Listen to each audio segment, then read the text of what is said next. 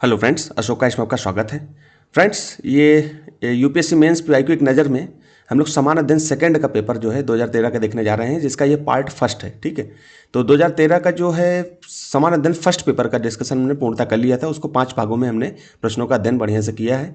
अब इसमें जो है सेकंड पेपर में आ गए हैं हम, और इसमें 2013 के पार्ट 1 बना करके हमने इसमें 5 क्वेश्चनों का डिस्कशन किया है। तो इसको बहुत ब्रीफली ही देखेंगे, इसमें बहुत ज़्यादा डिस्कशन डीप में जाने की कोशिश नहीं करेंगे, क्योंकि इसके क्वेश्चनों का अध्ययन तो हमें करना ही है, क्वेश्चन की प्रैक्टिस भी करनी है।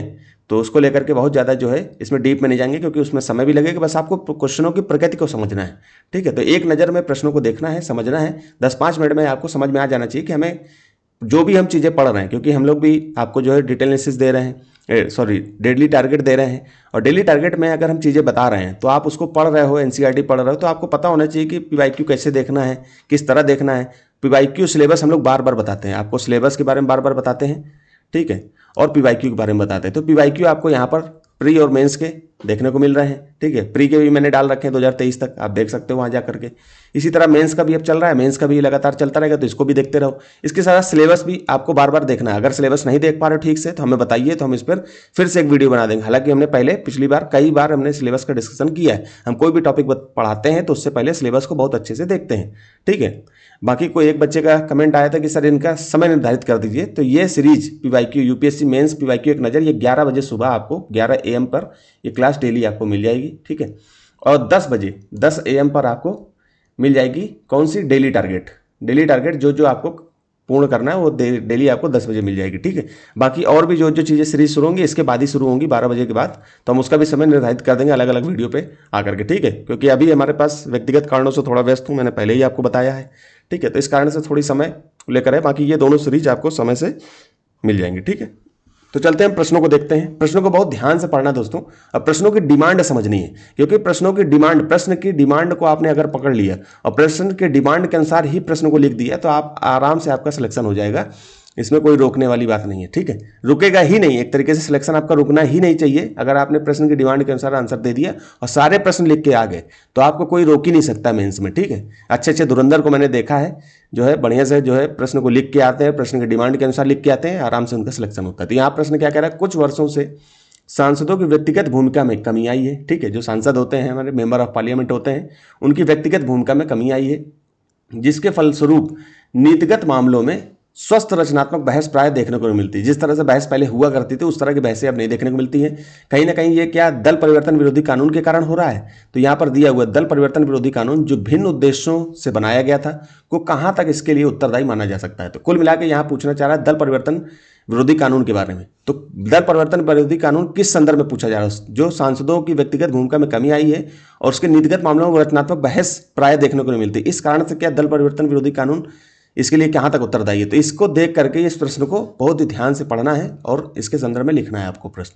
ठीक है, समझ में आ गया ना। क्वेश्चन अगर आप ठीक से नहीं समझ पा रहे हो तो उत्तर फिर उस ढंग से लिख नहीं पाओगे। ठीक है, तो प्रश्नों को बहुत ध्यान से ही आपको समझना है। ठीक है, चलते हैं आगे।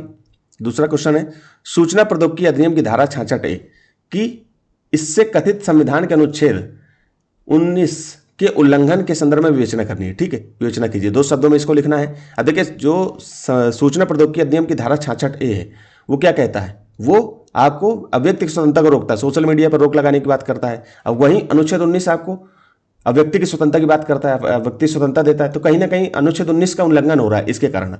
तो इसको इस संदर्भ में दोनों को मिला करके आपको इसकी विवेचना करनी है, लिखनी है इसके बारे में। ठीक है, कुछ सकारात्मक बिंदु लिखने हैं, कुछ नकारात्मक बिंदु लिखने हैं। अनुच्छेद 19 का कहाँ तक उल्लंघन हो रहा है इसके बारे में भी आपको बताना है, लिखना है। ठीक है, तो ये यहाँ तक क्वेश्चन आपको समझ में आ गया होगा। और आगे इसको पढ़िए। क्वेश्चन नंबर 3 है, पेट्रोलियम एवं प्राकृतिक गैस मंत्रालय के हाल के निर्देशों को नागांव द्वारा उनके राज्य को मिली विशिष्ट स्थिति को रद्द करने के खतरे के रूप में देखा जा रहा है। विशिष्ट मतलब अनुच्छेद 371A के बारे में है। ठीक है, तो भारतीय संविधान के अनुच्छेद 371 के आलोक में इसकी विवेचना करनी है। कुल मिला के आपको भारतीय संविधान के अनुच्छेद 371 के आलोक में ये बात जो ऊपर बोली गई है, पेट्रोलियम एवं प्राकृतिक गैस मंत्रालय के हाल के निर्देशों को नागांव द्वारा उनके राज्य को मिली विशिष्ट स्थिति को रद्द करने के खतरे के रूप में देखा जा रहा है। तो उसके आलोक में आपको भारतीय संविधान के अनुच्छेद 371 के आलोक में इसकी बात को लिखना है। ठीक है, तो अनुच्छेद 371 के बारे में अच्छे से इसको जोड़ते हुए आप लिख सकते हो। ठीक है, कहीं पर भी कोई समस्या आ रही हो आप हमें कमेंट में बताइए और उसका निराकरण करने का प्रयास करेंगे। ठीक है, प्रश्न नहीं समझ में आ रहा है फिर बताइए तो हम फिर से इसको समझा देंगे। ठीक है, फिर हम चलते हैं देखिए ये प्रश्न जब आप समझ में आने लगेंगे प्रश्नों को, हम जो चीज़ आपको पढ़ने के लिए बोल रहे हैं आप स्वयं से पढ़ रहे हो, इन प्रश्नों को खुद से देखने में और समझाने में बड़ा अंतर होता है। जब आप चीज़ों को समझा देते हो, समझ में प्रश्न आ जाते हैं, तो आपको आराम से आप लिखने की कला भी आपके अंदर पैदा हो जाएगी। आपके अंदर जैसे नॉलेज होगा तो आप इनको तुरंत लिखना स्टार्ट कर दोगे। ठीक है, तो आप चीज़ों को पढ़िए, समझिए और प्रश्न को बार बार देखिए। आप खुद से नहीं देख पा रहे हो, इसीलिए ये सीरीज लाई जा रही है। ठीक है, फिर यहाँ क्या कह रहा है, भारत संविधान में संशोधन करने के संसद के स्वैच्छिक अधिकार पर भारत का उच्चतम न्यायालय नियंत्रण रखता है, समालोचनात्मक विवेचना कीजिए। अब देखिए संविधान में संशोधन करने की शक्ति संसद के पास है, स्वैच्छिक अधिकार है। ठीक है, संविधान संशोधन कर सकता है, लेकिन कहीं ना कहीं ऐसा ना हो कि संसद जो है इतना संशोधन कर दे कि उसके संविधान के मूल ढांचे में ही खतरा पैदा हो जाए। तो उसके लिए उच्चतम न्यायालय बैठा हुआ है। उच्चतम न्यायालय समय समय पर उसकी व्याख्या करता रहता है, मूल ढांचे की भी व्याख्या करता रहता है। ठीक है, तो इस तरह से संशोधन नहीं करना है कि कहीं मूल अधिकार का उल्लंघन हो जाए या किसी ऐसे अधिकार का उल्लंघन हो जाए जो समाज के लिए, संविधान के लिए खतरा पैदा कर दे। इस कारण से उच्चतम न्यायालय बैठा हुआ है, तो उसके लिए समालोचनात्मक विवेचना करनी है आपको। ठीक है, तो इसके तंत्र में आपको जो है बढ़िया से लिखिए और इसको समझिए। प्रश्न जहां न समझ में आए हमें कमेंट में बताइए, हम फिर से आपको बताएंगे। फिर 5वां नंबर प्रश्न है, आखिरी प्रश्न है।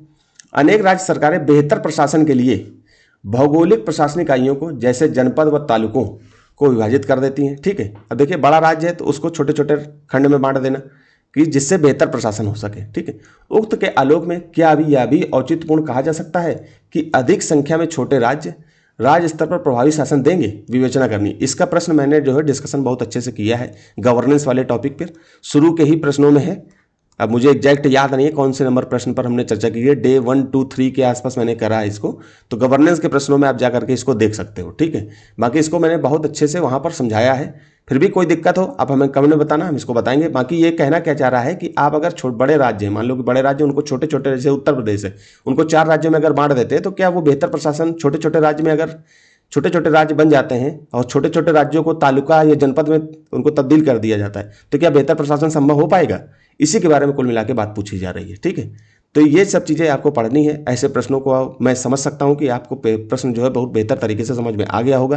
फिर भी अगर कोई समस्या आती है तो आप हमें कमेंट में बताइए। ठीक है, यहाँ पर टॉपिक भी दिए हुए हैं, टॉपिक आपको देखना है कौन कौन सी चीज़ें पूछी जा रही हैं। इन टॉपिक को आप पढ़िए, फिर प्रश्नों को देखिए और फिर प्रश्नों को प्रैक्टिस करिए। तो यहाँ पर दल बदल विरोधी का अधिनियम के बारे में बताया गया है। ठीक है, फिर सूचना प्रौद्योगिकी अधिनियम की धारा 66 और संविधान के अनुच्छेद 19। अब ये उस समय बहुत ज़्यादा चर्चा में चल रहा था, इसलिए पूछा गया। इसलिए आपको वर्तमान में, अब करंट में जो चीज़ चल रही है उसके बारे में यूपीएससी पूछेगा, ना कि 66 दोबारा पूछेगा, दोबारा नहीं पूछेगा।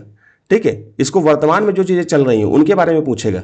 तो वर्तमान में करंट अफेयर पर आपकी पकड़ होनी चाहिए। उसी चीज़ के लिए तो डेली टारगेट हम लोग लेकर के आते हैं। उसमें मैंने मैगजीन के बारे में, विजन की मैगजीन अच्छे से कराई है, वहीं से सवाल आपके कवर हो जाएंगे। ठीक है, फिर भारतीय संविधान के अनुच्छेद 19 के बारे में है। फिर भारतीय संविधान का अनुच्छेद 371A के बारे में बहुत अच्छी से जानकारी दी हुई है, इसको आपको पढ़ना है। ठीक है, फिर संविधान संशोधन करने की संसद की सीमा के बारे में भी बताया गया कि संसद संशोधन तो कर सकती है लेकिन उच्चतम न्यायालय भी बैठा हुआ है। ठीक है, यही तो प्रश्न पूछ रहा था यहाँ पर। देखिए कि संविधान में संशोधन करने के संसद के स्वैच्छिक अधिकार पर भारत का उच्चतम न्यायालय नियंत्रण रखता है, समालोचनात्मक विवेचना करनी। ठीक है, फिर आपका विकेंद्रीकरण शासन के बारे में, विकेंद्रीकरण और शासन के बारे में दिया हुआ है कि बड़े राज्य को छोटे छोटे राज्यों में, और यहाँ पर दिया हुआ है ना, इसको पढ़ सकते हो। अनेक राज्य सरकारें बेहतर प्रशासन के लिए भौगोलिक प्रशासनिक इकाइयों जैसे जनपद व तालुकों को विभाजित कर देती हैं।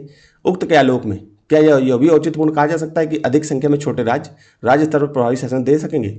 ठीक है, कुल मिला के कहना चाह रहा है कि जैसे बड़े राज्य हैं तो उनको छोटे छोटे राज्यों में तब्दील कर देना। ठीक है, और जो आपके जनपद तालुका हैं उनको भी और छोटी इकाइयों में तब्दील कर देना, जिससे बेहतर प्रशासन हो सके। क्या ऐसा हो सकेगा? ऐसा कर देने से प्रभावी शासन संभव हो सकेगा? अगर ऐसा हो सकेगा तो इसके विषय में आपको बताना है। ठीक है, तो 200 शब्दों में लिखना है। आपने टॉपिक भी देख लिया, पहले टॉपिक पढ़ लीजिए, पहले प्रश्न हमने दिखा दिया, आप टॉपिक पढ़िए, फिर प्रश्न देखिए और उन प्रश्नों को उत्तर दीजिए। ठीक है, इसी तरह से और भी टॉपिक आपके लिखे हुए हैं, बस आपको डिस्कशन करना है। ठीक है, तो बढ़िया से जो है तैयारी करिए दोस्तों। यहीं तक रखते हैं, धन्यवाद।